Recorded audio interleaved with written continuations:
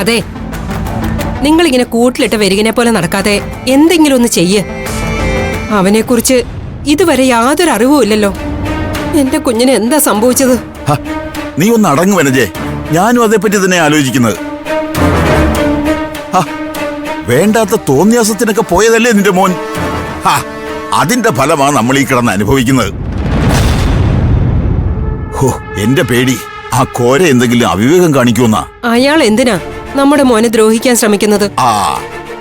അതാ ഞാൻ പറഞ്ഞത്, അവന്റെ കൈയിരിപ്പ് ശരിയല്ലെന്ന്. എടീ, ആ സന്ദീപിന്റെയും ദേവൂട്ടിയുടെയും കല്യാണം മുൻപന്തിയിൽ നിന്ന് നടത്തിക്കൊടുത്തത് നമ്മുടെ സൽപുത്രനാണല്ലോ. അതിന്റെ ദേഷ്യം കോരയ്ക്കും ഗംഗനും അവനോട് കാണാതിരിക്കുവോ? പെണ്ണ് കൈവിട്ടു പോയെന്നറിഞ്ഞപ്പോ അതിന് ചുക്കാൻ പിടിച്ചവനെ അവര് വെറുതെ വിടുവോ? ഈശ്വര, എന്റെ കുഞ്ഞ്, നിങ്ങൾ ഒന്ന് പോയി അവരെ കണ്ട് സംസാരിക്ക്. അവന്റെ ബുദ്ധിമോശം കൊണ്ട് സംഭവിച്ചതാണെന്ന് പറഞ്ഞ അവരവനോട് ക്ഷമിക്കില്ലേ? ഇനി അത് തന്നെയാണോ കാര്യമെന്ന് ആർക്കറിയാം?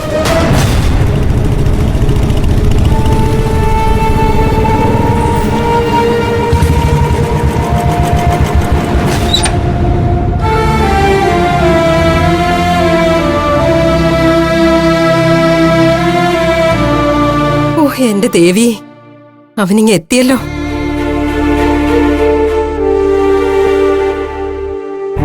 മോനെ, നീ ഇതെവിടെയായിരുന്നടാ? വീട്ടിലിരിക്കുന്നവർക്ക് ഒരു മനസമാധാനം തരില്ലെന്നുള്ള വാശിയാണോ നിനക്ക്? എടാ, എന്താ നിന്റെ ഉദ്ദേശം? എനിക്കങ്ങനെ പ്രത്യേകിച്ച് ഒരു ഉദ്ദേശവും ഇല്ല അച്ഛാ. ഉദ്ദേശിച്ച കാര്യങ്ങളൊക്കെ ഭംഗിയായിട്ട് തന്നെ അങ്ങ് നടന്നു. അതിനൊരു സന്തോഷവും സമാധാനവും എനിക്കുണ്ട്. സന്തോഷവും സമാധാനമൊക്കെ നിനക്കുണ്ട്. പക്ഷേ മറ്റുള്ളവർക്ക് അതൊരിക്കലും ഉണ്ടാവരുതെന്നാണോ നിന്റെ ആഗ്രഹം? എന്തിനാടാ നീ വേണ്ടാത്ത കാര്യങ്ങളിലൊക്കെ തലയിടാൻ പോകുന്നേ? അതൊരു വേണ്ടാത്ത കാര്യമായിട്ട് എനിക്ക് തോന്നിയില്ല. അതുകൊണ്ടാ ഞാൻ തന്നെ അതിന് മുന്നിട്ട് നിന്നത്. പോട്ടെ, കഴിഞ്ഞതൊക്കെ കഴിഞ്ഞു. ഇനി അവനവന്റെ കാര്യം നോക്കി ജീവിക്കാൻ നോക്ക്. അല്ല, അവരിപ്പോ എവിടെയുണ്ട്? ഇവിടെങ്ങാനും ചുറ്റിത്തിരികയാണോ അതോ?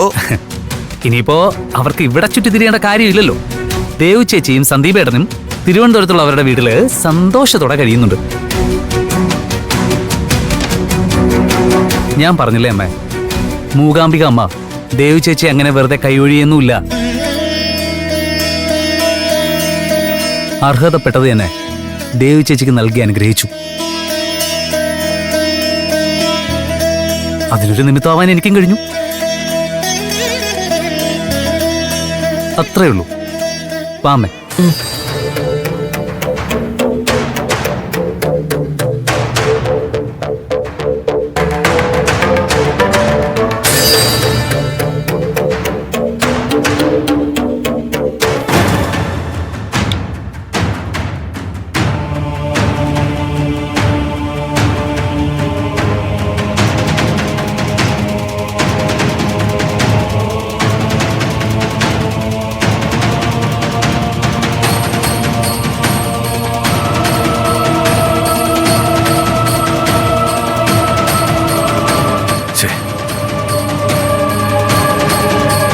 ആ തമ്പി സാറിനെ വിളിച്ചിട്ട് കോൾ കണക്ട് ആവുന്നില്ലല്ലോ.